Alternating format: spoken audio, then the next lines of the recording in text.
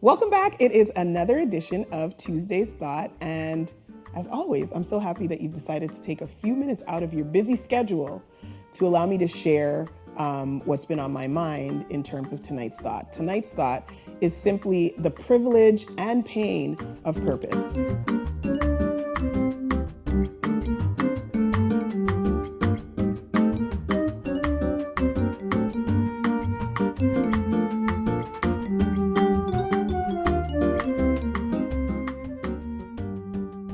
So we have all experienced, as we move through this journey of life, various pain points or pressure points, things that have caused us, maybe sleepless nights or tears and all the things that we associate with painful times and experiences. But as I was thinking about this, it really landed sort of in my mind as a bit of an oxymoron, because when we talk about pain, we generally speaking don't associate it with something positive. But by the same token, when we think about privilege, privilege is typically something that we associate with being an exclusive right or something that we would benefit from. And the contradiction in terms, when you think about the privilege and pain of purpose, as I was contemplating this, it led me to the conclusion that the two are actually not contradictions, but the two actually go hand in hand when we're speaking about it in terms of walking through our purpose. Okay, so let me dismantle that. I feel like I've said a mouthful. Particularly those of us as believers, we recognize that we are intended to live purposeful lives. We are supposed to be living in purpose, on purpose. We are supposed to be fulfilling a divinely orchestrated purpose that God has designed for our lives, for our life. And as I say, that purpose is not without pain points. If I were to define, or if I were to strip away some of the layers and say, okay, if I have to experience these pain points, I'm going to pause there just to share. Recently, I was in a very challenging position where just a bunch of unexpected things came my way, and it felt like my cup was full and running over, as the saying goes, right? You feel like it's kind of like one thing stacking up after the other. And you wonder, oh my goodness, how am I gonna make it through, or how am I gonna resolve this? What's the solution? How am I going to get over that? But again, I want to submit to us that there is a privilege to that pain when we're walking and attempting and endeavoring to live a purpose-filled life. Now, in order for us to embrace it as such, I thought about it in these three terms. So, like, how is it privilege? How does pain bring privilege? Well, I'm going to be drawing your attention in a second to the passage of scripture that will anchor this in, which is taken from Romans chapter 5. But one of the main things is that when we go through painful experiences, the benefit is that it's building our character. Romans chapter 5, in my view, outlines that so beautifully. We'll go there in a second.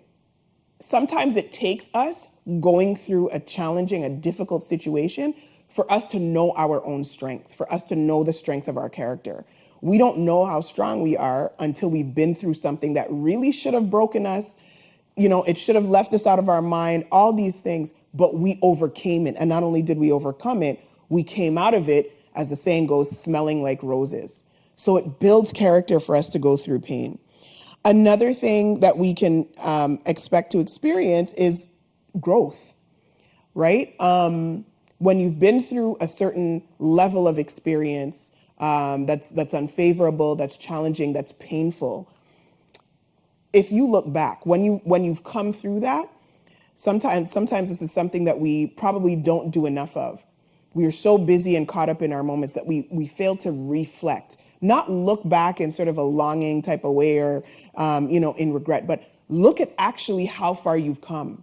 Look at where you came through. Look at the lessons that you've experienced. Look at the change in behavior, the change in your attitude that you now can exemplify because you actually grew through that experience, because you made it over to the other side, as I say, of something that was intended to really press you. The last privilege that we can enjoy as we experience pain in pursuit of our purpose is experience and the wisdom that experience leaves us with. There's a very common saying which says, experience is the best teacher. I think that's what it says. Yes, experience is the greatest teacher, something to that effect. And as the way I like to look at it is, it's the best teacher because it leaves, or at least it should leave us with a greater wisdom. Let me veer off for a second. I was in the book of James. Yes, it was James. I want to share this passage. I was reading in the book of James chapter 3 the other day, and actually I was listening to it on audio Bible, and I had to put it on repeat because James was writing about what actual wisdom, godly wisdom is. And to me, it was so profound as far as how descriptive it was. It literally gave the perfect definition of what wisdom is supposed to look like. And I'll read it real quick. It says, the wisdom that comes from heaven, James chapter 3 and verse 17. The wisdom that comes from heaven is first of all pure, then peace-loving, considerate, submissive, full of mercy and good fruit, impartial and sincere.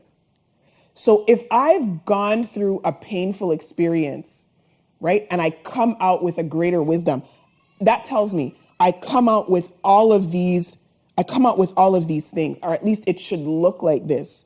And who doesn't want to have the purity, the peace, consideration, submissive, if these are characteristics that are flowing out of me, so that if, for example, I'm called on to help out in a situation or somebody's facing a dilemma and I can employ wisdom to help that person and it looks like all these things, to me, that is a privilege. That's such a blessing. It was so profound. But while you're in your book, while you're in your scripture, go with me to Romans chapter 5, because that's really what I want to anchor the thought in. Romans chapter 5, and I think we'll start with the second verse. We'll start with the second verse because I like how it uses the word privilege. It says, because of our faith, Christ has brought us into this place of undeserved privilege where we now stand, and we confidently and joyfully look forward to sharing God's glory. Now listen to this part. We can rejoice too when we run into problems and trials, for we know that they help us develop endurance. I think I mentioned that earlier. Okay, one of the privileges of passing through pain as we pursue purpose, developing endurance. And endurance develops strength of character, and character strengthens our confident hope of salvation. So although I'm experiencing these pain points, and you can probably look into your own life right now and think about maybe a difficulty that you have passed through recently or are still in the midst of, or maybe it's been chronic, just something that you kind of been living with. We all know the example of the Apostle Paul. He had a thorn in his flesh, and that was something that was, chronic. Regardless, the Bible is telling us, it's encouraging us that when we run into these problems and trials, they help us. There's a privilege in that because they help us to develop endurance. Many times, especially, and I want to talk to the believers certainly, especially when we are building or working and doing things for the kingdom, and when we are confronted with the tension of a challenge or some confrontation, some resistance to the good that we are trying to do, it's easy, really, if we're honest, it's easy to sometimes want to say, you know what, that's it then, I just won't. And in doing so, what we fail to understand is that our purpose demands us to stay right there in that fire, so to speak. And so because purpose demands it of us saying, I'm just going to leave it alone, I'm going to throw in the towel, I'm just going to not bother with it anymore, is counterproductive to what God has assigned for us to do. But if we can shift our mind, if we can recognize, as I say, it's not a It's not an oxymoron. It's not a contradiction in terms to think about pain being a privilege. If we can think about it in that way, sometimes we need to embrace the pain. I'm thinking about, in the context of working out or whatever, I had a trainer who would say that you need to embrace it. So, start speaking positively. Things like, I love these mountain climbers and these push-ups. Ooh, my favorite. Start saying it until it becomes a reality. Yes, we're not going to jump up and down and rejoice. Oh, I'm being crushed. My heart is being wounded. I'm going through this painful, agonizing, mental turmoil. We're not going to necessarily rejoice over it in that way, but we can pause to embrace what it is that we will get on the other side. Okay, one songwriter called it the other side of through. Once we've been through, once we've passed through, once we've gotten over, what is the privilege that I'm going to take for this of having pursued my purpose, though experiencing this pain? My God, my prayer tonight, as I said, taken these few minutes out to join me as I share this thought, my prayer and hope is that you will leave a little bit more encouraged, you will leave a little bit more strengthened. Somebody, as I say, might be going through a difficult and challenging situation right now as you're watching this video. Prayers are being made for you. God is not unaware. He's not sleeping. He cares and he concerns. So I encourage you to pursue through the pain, find the privilege in the midst of it all. As always, it is my prayer for you that the peace of God will be with you. And until I see you next time, may the Lord bless you real good.